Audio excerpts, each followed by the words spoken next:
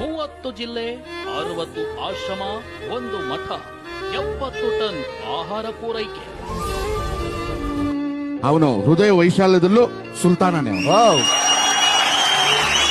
ನನ್ನ ಶೋಲ್ಡರ್ ಮೇಲೆ ಕೈ ಹಾಕೊಂಡು ಕರ್ಕೊಂಡು ಬಂದು ಬ್ಯಾಗ್ ಕೈ ಹಾಕಿದ್ರು. ಕೈಯಲ್ಲಿ ಒಂದಷ್ಟು 500 ರೂಪಾಯಿ ನೋಟ್ಗಳು ಎತ್ತಿ ನನ್ನ ಕೈಯಲ್ಲಿ ಇಟ್ಬಿಟ್ಟು, ನಾನು ಆ ದುಡ್ಡು ಬೇಡ ಅಂದಾಗ, ಮಾಸ್ಟರ್ ನಿಮ್ಮ ತಾಯಿ ಬೇರೆ ಅಲ್ಲ, ನಮ್ಮ ತಾಯಿ ಬೇರೆ ಅಲ್ಲ, ನೀವು ಫಸ್ಟ್ ಎಲ್ಲ ಕಾರ್ಯ ಮುಗಿಸ್ಕೊಂಡು ನೀವು ನಾಳೆ ಬನ್ನಿ ಅಂತ ಕಳಿಸ್ಕೊಟ್ರು.